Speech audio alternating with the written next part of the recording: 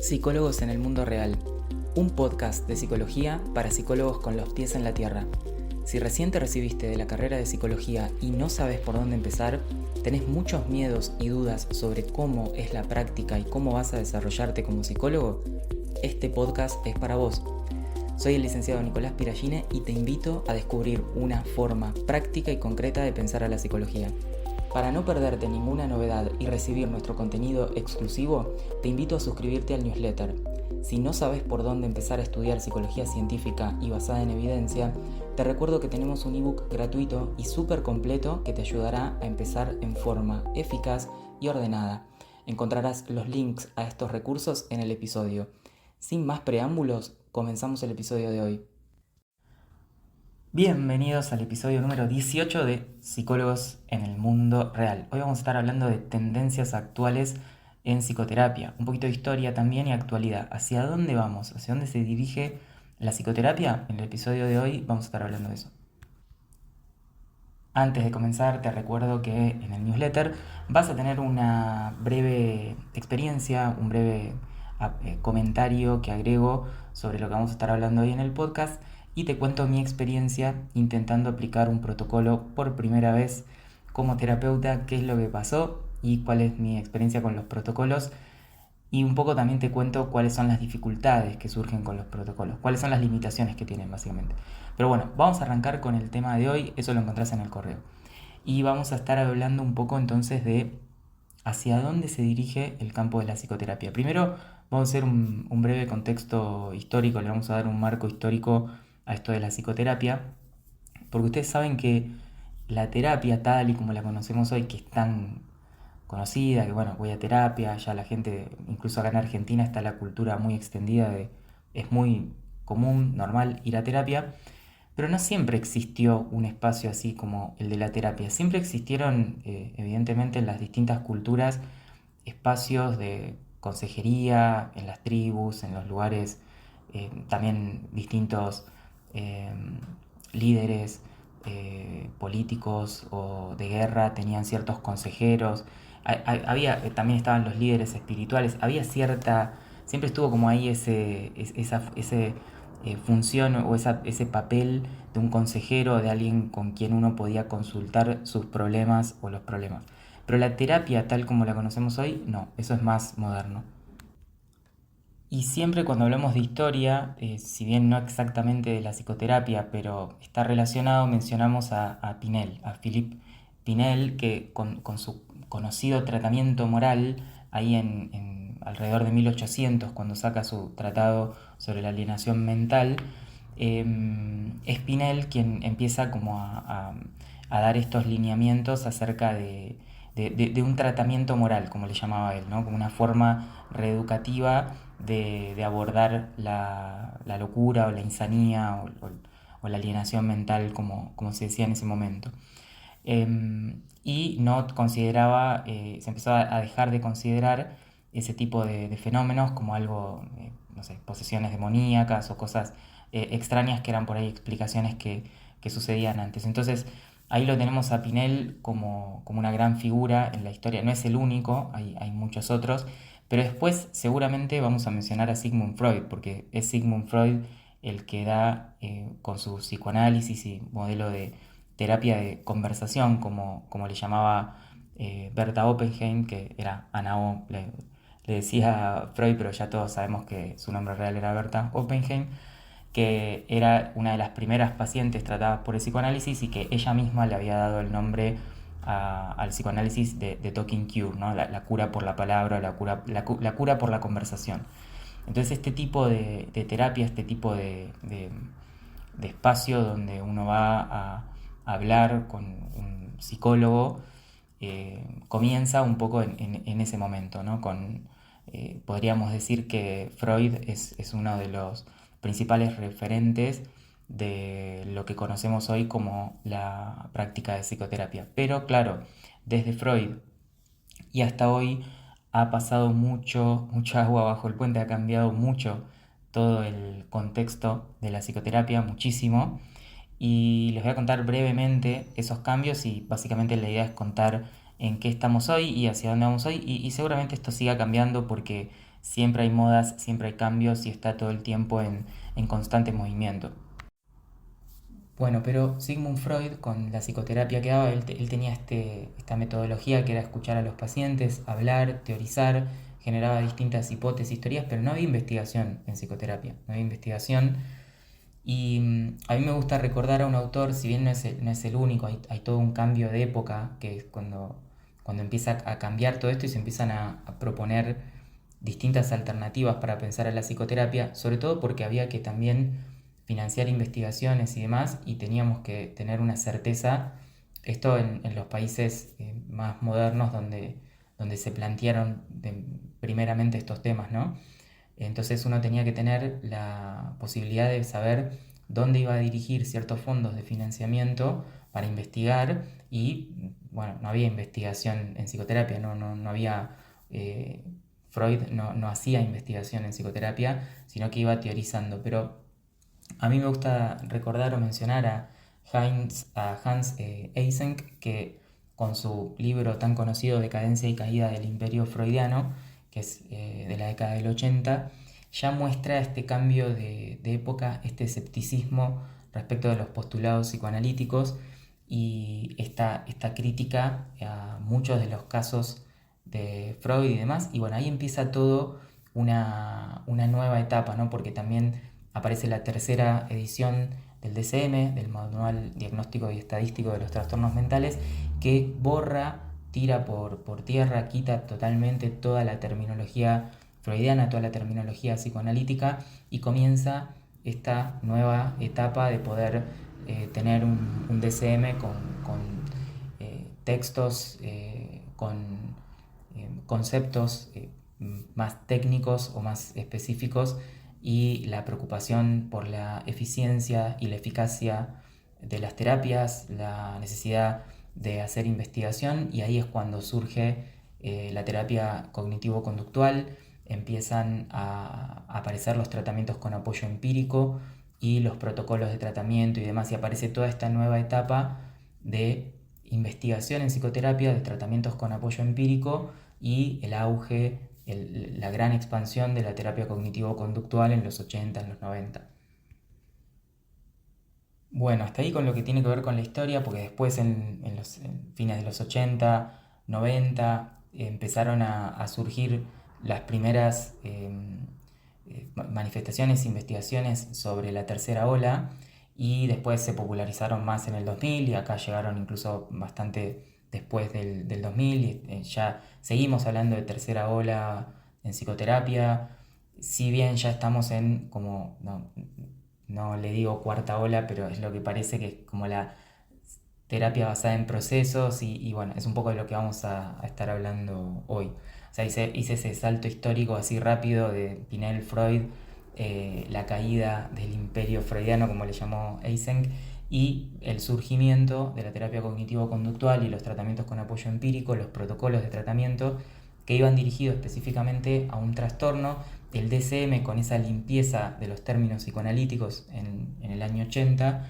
en la década del 80, perdón, y luego el surgimiento de la tercera ola con otros tipos de cuestionamientos basados en la aceptación, en mindfulness, otro tipo de enfoque psicoterapéutico,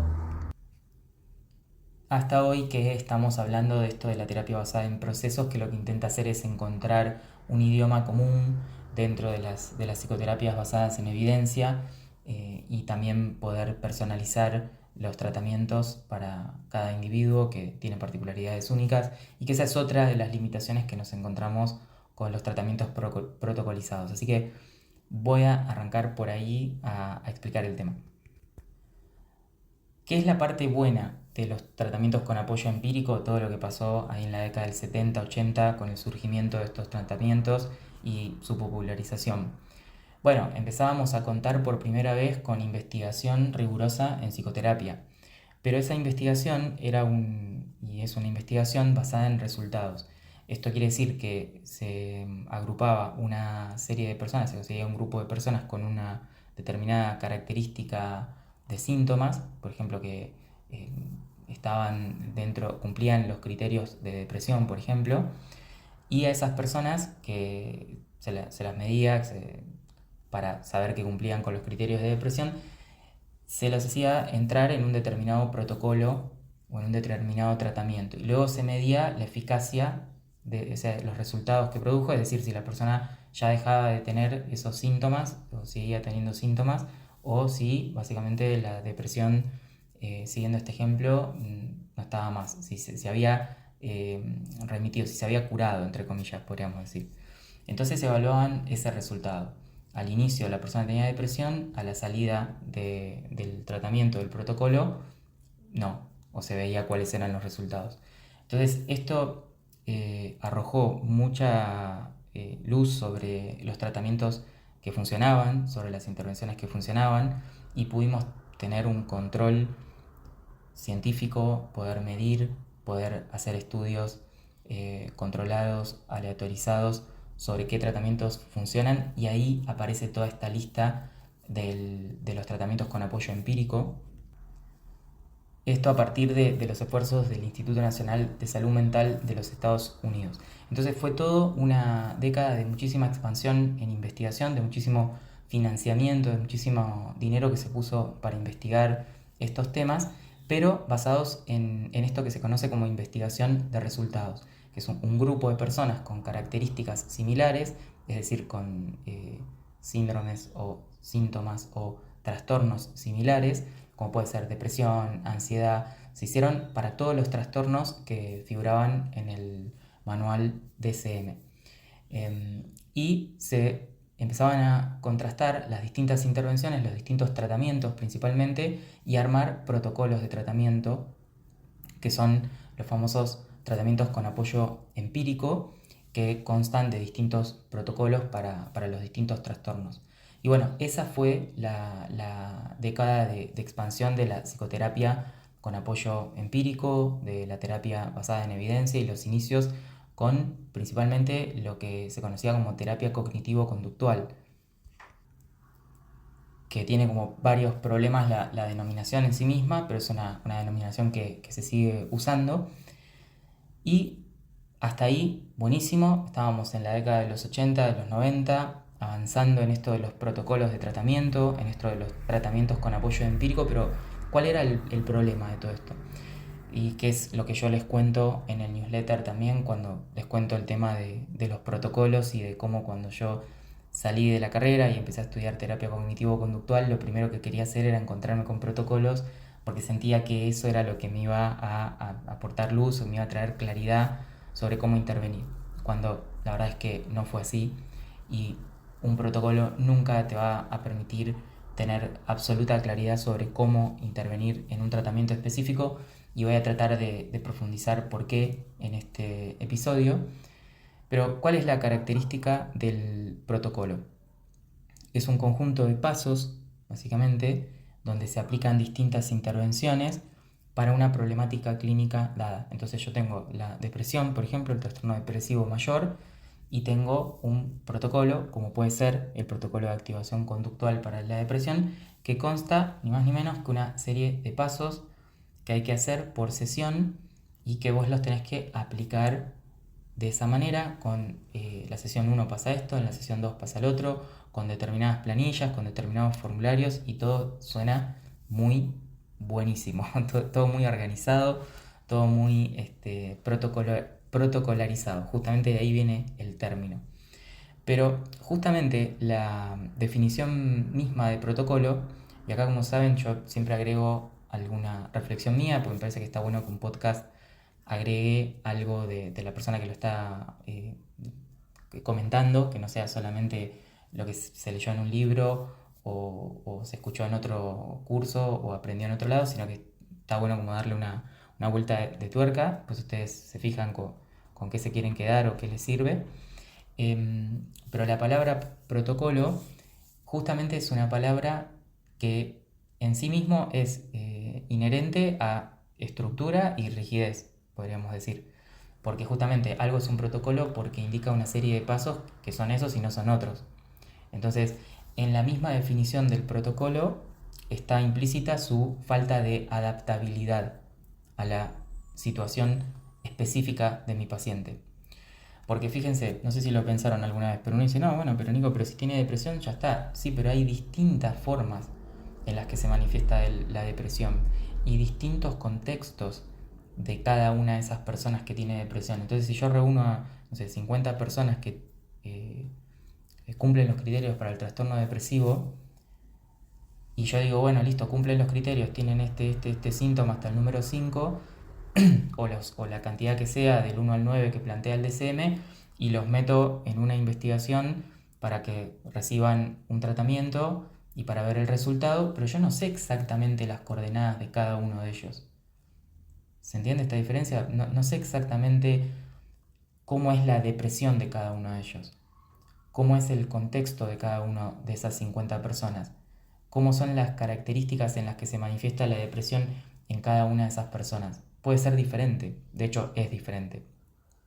Algunos van a tener más predominancia de un síntoma, otro más de otro, otros van a tener un contexto con más red social, otros con menos red social, otros van a tener un contexto donde hay un problema más de índole laboral o de pareja, otros van a tener un problema, o sea, van a haber distintas coordenadas.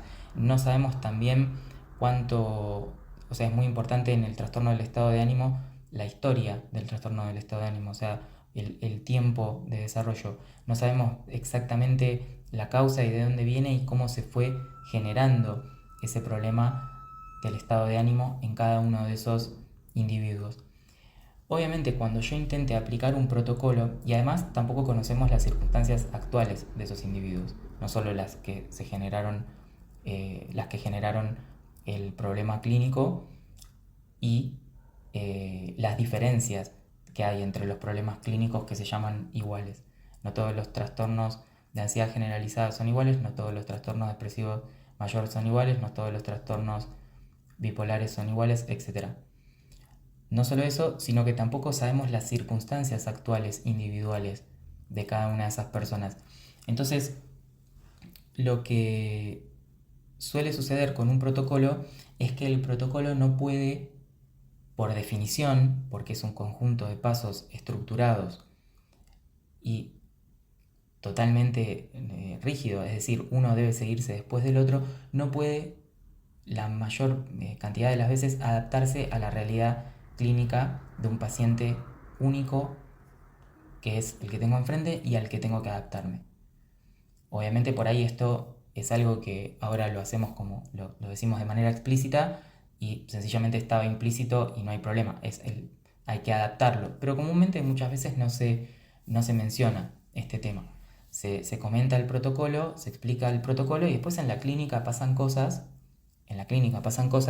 que no están en los libros y que no están en los protocolos y que tenemos que también tener una metodología, una manera de poder pensar esos fenómenos que se escapan a las categorizaciones, tanto las del DCM como la de los protocolos y como la de los tratamientos con apoyo empírico, y que muchas veces no sabemos dónde ubicar esa experiencia clínica que es única, particular de mi paciente, cosas especiales que pasan, cosas diferentes que ocurren en la clínica con mi paciente y que no pueden adaptarse perfectamente al protocolo, o que cuando uno intenta aplicar el protocolo puede ocurrir algo y no se puede continuar o no sale a aplicar el protocolo, y uno tiene que también tener la posibilidad de repensar qué pudo haber pasado ahí donde intenté aplicar un protocolo y no funcionó. Porque tampoco sería muy inteligente y muy bueno de nuestra parte decir, bueno, no, pues yo apliqué el protocolo, qué sé yo, este es el protocolo, esto es lo que me dice la investigación, que es el protocolo de activación conductual, y esto, yo hice esto y en la sesión 2 y bueno, el paciente se fue, pero yo, no sé, qué sé yo, es un problema de él, o no sé, veremos, con otro funcionará. Y acá viene el problema de los protocolos, la falta de cintura que tienen, por decir así, como decimos en Argentina, la falta de adaptabilidad a las circunstancias únicas de mi paciente, que eso lo tenemos que hacer nosotros como clínicos con una determinada metodología o sistema que tenemos que tener para poder hacer eso, porque si no, ¿cómo lo vamos a hacer? Muchas veces el DSM habla de juicio clínico, pero ¿qué es el juicio clínico? No, nadie nos lo dice exactamente. Entonces, ese es un primer problema del protocolo. Luego está el otro problema, que es ¿qué hacemos? ¿Qué hacemos? Y esto me lo preguntan mucho en el curso, en la cuenta de Instagram, lo hemos hablado mucho, cuando el paciente no cumple los criterios para ningún diagnóstico, porque si los protocolos están creados para una entidad diagnóstica, ¿sí? Los protocolos están creados para una entidad diagnóstica del DCM. ¿Qué pasa cuando mi paciente no cumple los criterios de ninguno de los trastornos del DCM? O me viene con un problema que tiene que ver con la vida cotidiana o algo, ¿cómo lo entiendo yo? Algo más de vincular o un problema en el trabajo. ¿Qué metodología tengo para entender eso? Bueno, puede que ninguna, si solamente me baso en protocolos. Yo en ese momento no pensaba en todas estas cuestiones, lo único que quería era protocolos, pero bueno, los protocolos tampoco me ayudaron. Después viene el nacimiento de la tercera ola, el surgimiento de la tercera ola, que ya surge como una terapia basada en procesos, ¿no? Stephen Hayes, cuando piensa la terapia de aceptación y compromiso, con este concepto tan central de flexibilidad psicológica y con sus 6 procesos ahí alrededor, ya está pensando una forma, ya tiene una manera de pensar a la psicopatología que no es categorial, que no es de manera por etiquetas diagnósticas. Pues está pensando en términos de flexibilidad o inflexibilidad psicológica y una serie de procesos que hay como que ajustar más o menos para el lado de la inflexibilidad o para el lado de la flexibilidad, y son procesos transdiagnósticos.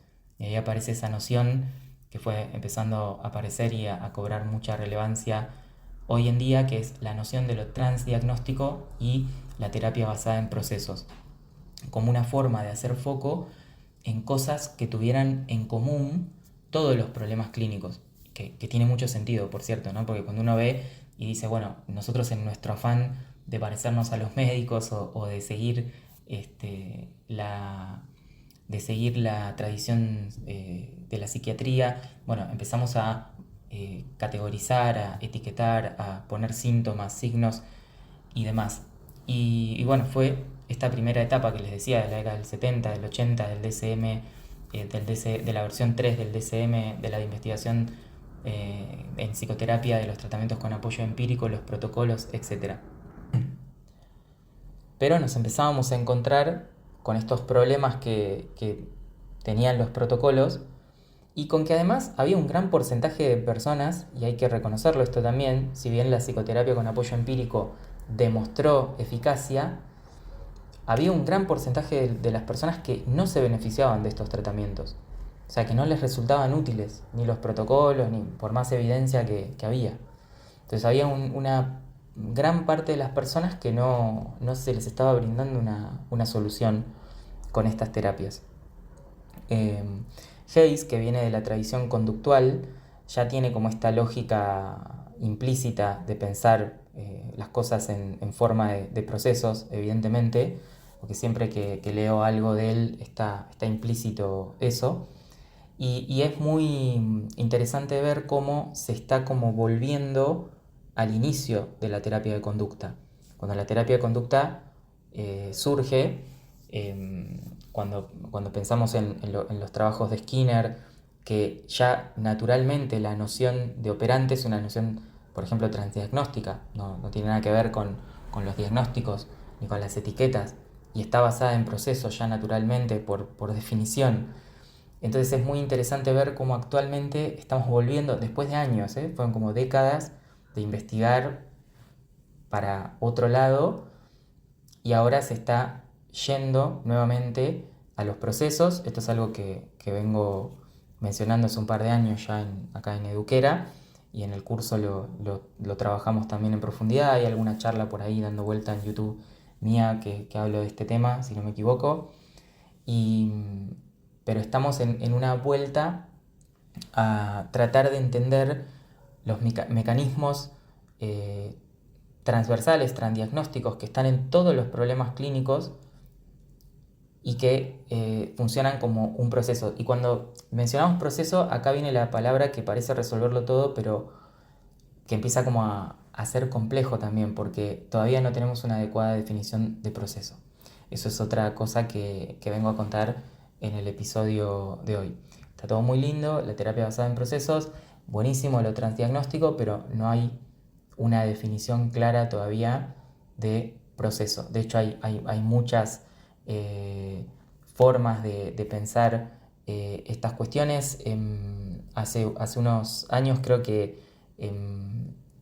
sí, creo que fue hace 5 o 6 años, Hayes y Hoffman plantearon realizar una extensísima revisión sistemática y metaanálisis de creo que más de 55.000 estudios que se habían realizado en psicoterapia para ver cuáles eran los procesos de cambio principales y bueno, o casualidad, también hay que tener en cuenta acá el sesgo del autor, pero encontró como que era la flexibilidad psicológica uno de los principales procesos y que esa flexibilidad psicológica incluye la apertura a la experiencia, la conciencia plena, la acción comprometida, había como distintas aristas. Pero acá empieza a surgir el problema de, bueno, está buenísimo dejar el DCM atrás, porque esto vendría a ser básicamente dejar el DCM atrás, porque una vez que tengamos una noción clara de lo que es un proceso psicológico y cuáles son las perillas que tenemos que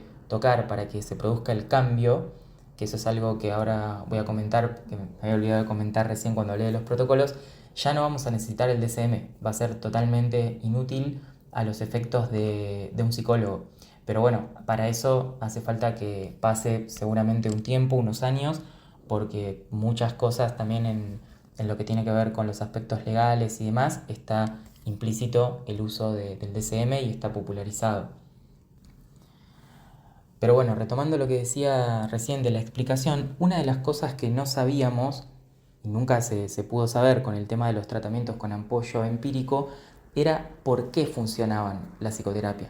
O sea, uno tenía una investigación que decía que si una persona entraba con trastorno depresivo mayor y aplicaba la terapia cognitiva de Beck para la depresión, mejoraba.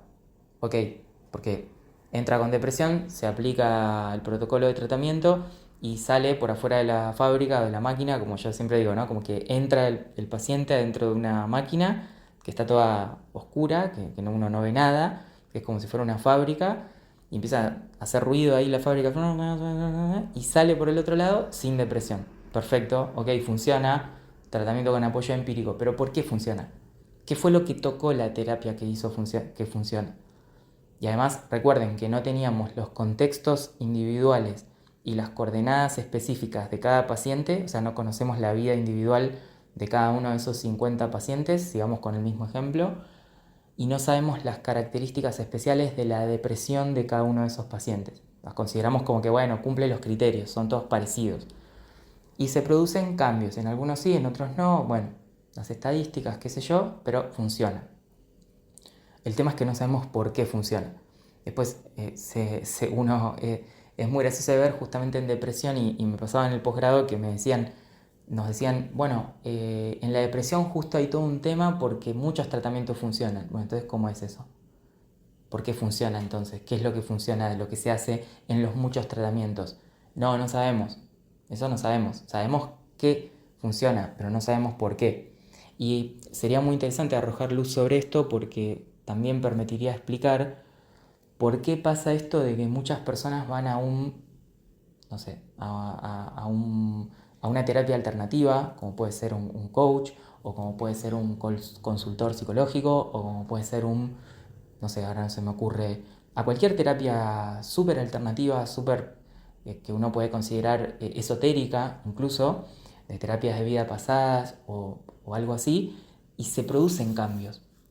Se producen cambios. La gente manifiesta que le pasan cosas en esos contextos, aunque sean de terapias alternativas. Nosotros tendríamos que explicar qué cosa está pasando ahí. Si es el efecto placebo, también lo tendríamos que explicar. Si es un efecto especial, yo tengo algunas ideas, algunas teorías que un día voy a contar, pero tenemos que explicar por qué ocurre y no tenemos que decir, no, bueno, eso no es científico y ya, listo. Bueno, pero si está ocurriendo ahí un fenómeno, justamente la actitud científica es intentar entender qué puede estar pasando ahí. Y eso nos permitiría arrojar luz sobre ¿qué cosa es la que produce el cambio? Que con la terapia basada en procesos y las investigaciones basadas en procesos es lo que se trata de dilucidar. O sea, lo que se trata de ver es como más en detalle cuáles son las perillas exactas que estamos tocando para que se produzca el cambio. Porque, por ejemplo, si en la depresión cualquier tratamiento funciona, o a eso pareciera, entonces, ¿qué está pasando ahí? ¿Qué es lo que está produciendo el cambio? Muchos ahí empiezan ahí arranca una teoría, ya hay un montón de ideas sobre, bueno, si son los factores comunes, si la alianza terapéutica, si esto, si lo otro. Bueno, yo tengo algunas ideas, como les decía, que por ahí las dejamos para otro episodio. Si les interesa el tema, me cuentan y lo podemos desarrollar.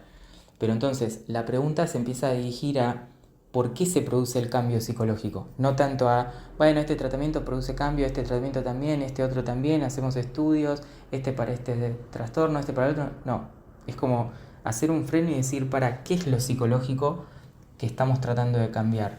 Que esto es algo que siempre les digo a mis alumnos en el curso, o sea, pregúntense qué es lo psicológico antes, porque pasa mucho que, y bueno, de hecho estos 10 o 20 años de investigación que ahora decimos, no, ahora hay que hacer otra cosa, pasa porque están mal planteadas las preguntas desde el inicio.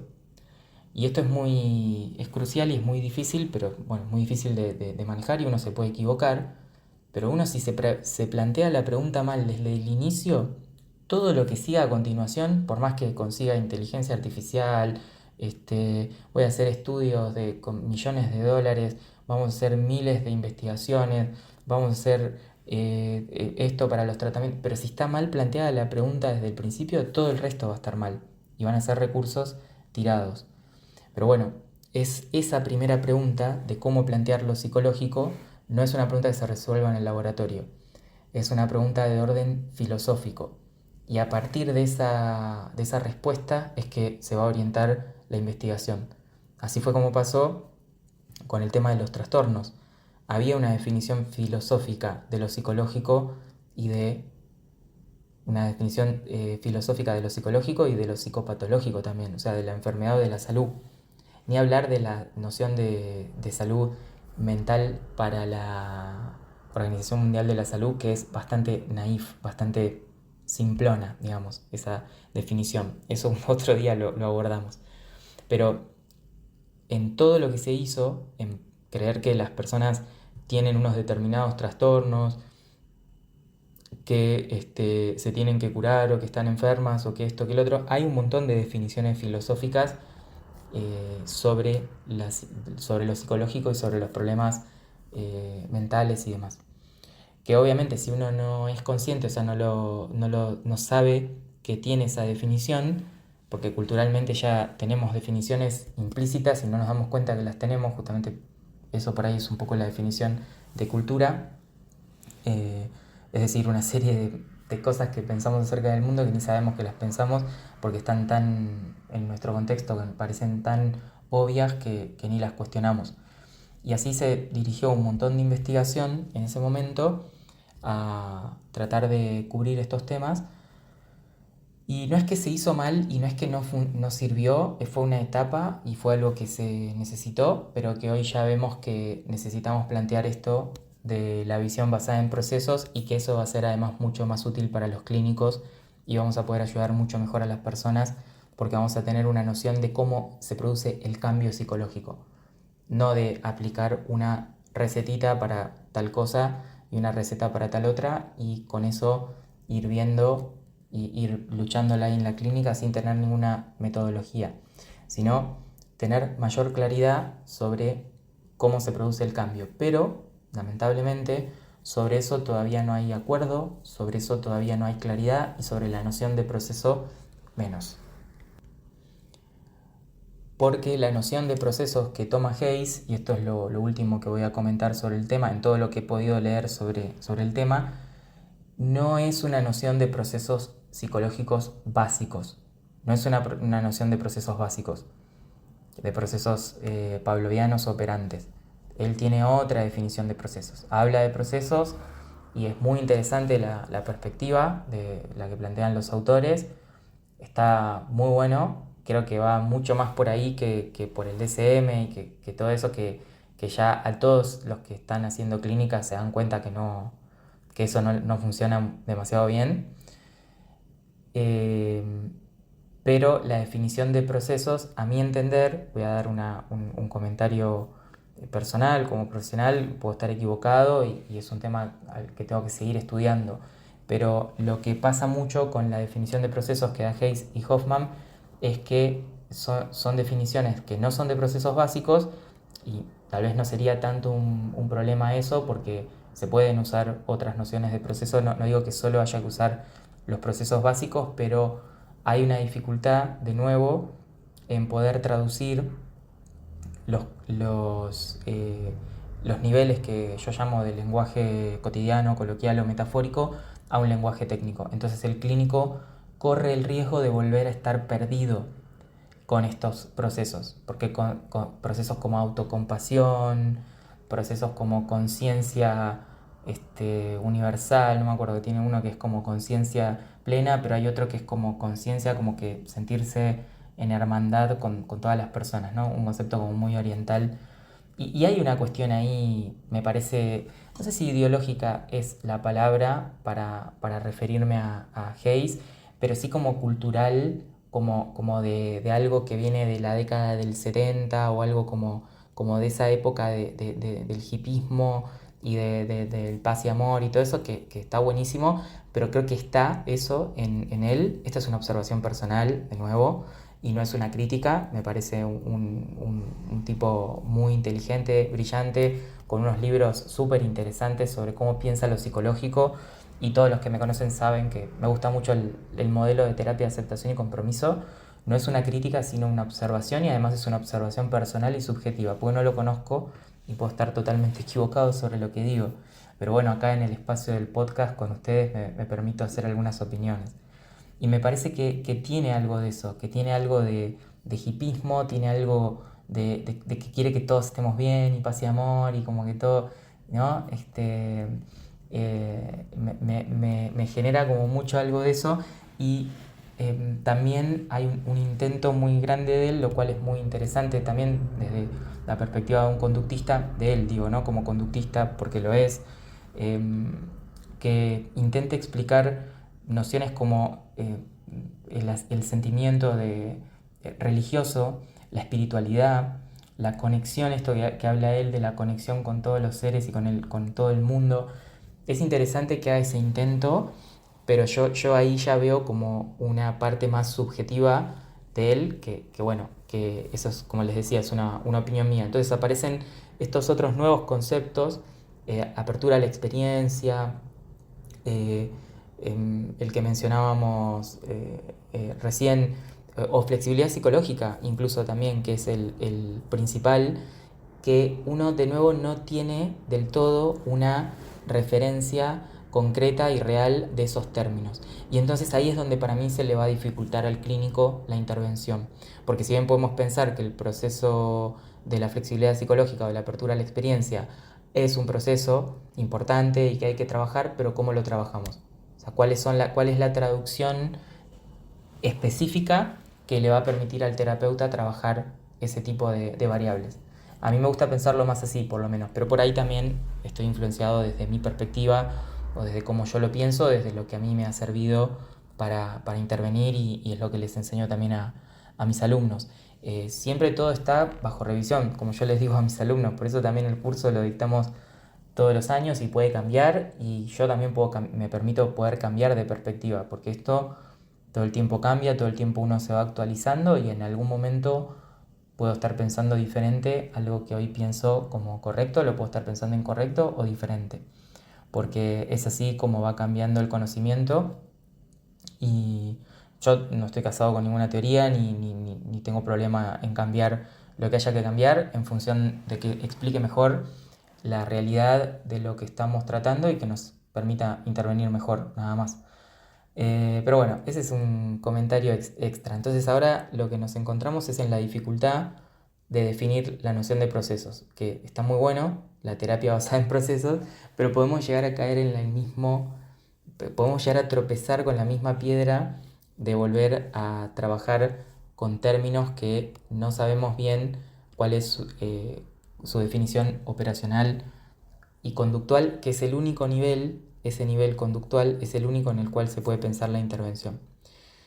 Pero bueno, estamos en esa etapa, entonces estamos en ese momento donde se están cuestionando completamente los modelos diagnósticos actuales, hace tiempo ya de esto, pero cada vez es más presente. Por eso yo decía en una historia de Instagram hace poquito que el DSM es probable que en algún momento se deje de utilizar y puedan quedar como los trastornos o problemáticas principales con ciertos marcadores biológicos, si los hubiera, en el caso, por ejemplo, de las personas neurodiversas o bipolares, si encontramos con más claridad los marcadores biológicos, pero no necesitamos el enfoque en trastornos porque nos impide esto que hablábamos al final de la individuación o personalización de los tratamientos. De hecho, en relación con esto, ellos tienen un concepto que es el idionómico, Hayes, ¿no? Hayes y Hoffman, que es como un concepto que es relativo al individuo. Entonces, está habiendo una gran presencia en la actualidad, si bien es por parte de estos grupos de investigadores, no es que todo el mundo está en lo mismo, pero de ir hacia una práctica personalizada, hacia una práctica cada vez más personalizada que permita responder a las necesidades únicas que tenga nuestro paciente. Y entonces, si bien las intervenciones que estaban demostraron ser efectivas de los tratamientos con apoyo empírico y para los trastornos mentales, está buenísimo y ayudó y permitió muchas veces el avance en lo que es la investigación en psicoterapia, lo cierto es que muchos de los procesos de cambio que estaban dentro de esos tratamientos nunca fueron del todo explicitados, nunca fueron del todo clarificados. Entonces, esto nos invita a pensar en esto de los procesos psicológicos, a retornar a la manera de explicación, de pensar el fenómeno psicológico conductual, que es lo que también promueve este autor, Hayes, ¿no? Estoy hablando de Stephen Hayes, y a poder dilucidar de qué manera se produce el cambio en psicoterapia y entender bien la noción de procesos. Probablemente lo más difícil, lo que nos queda por delante ver es cuál es una buena definición de proceso. Así que bueno, espero que hayan disfrutado de este episodio.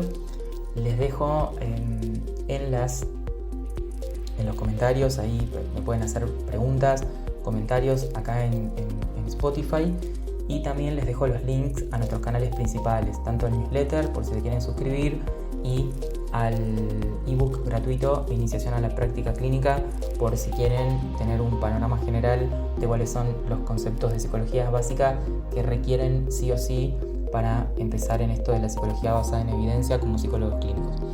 Me despido, nos escuchamos en el próximo episodio, que tengan una buena semana, gracias por estar ahí y nos vemos. Chau, chau.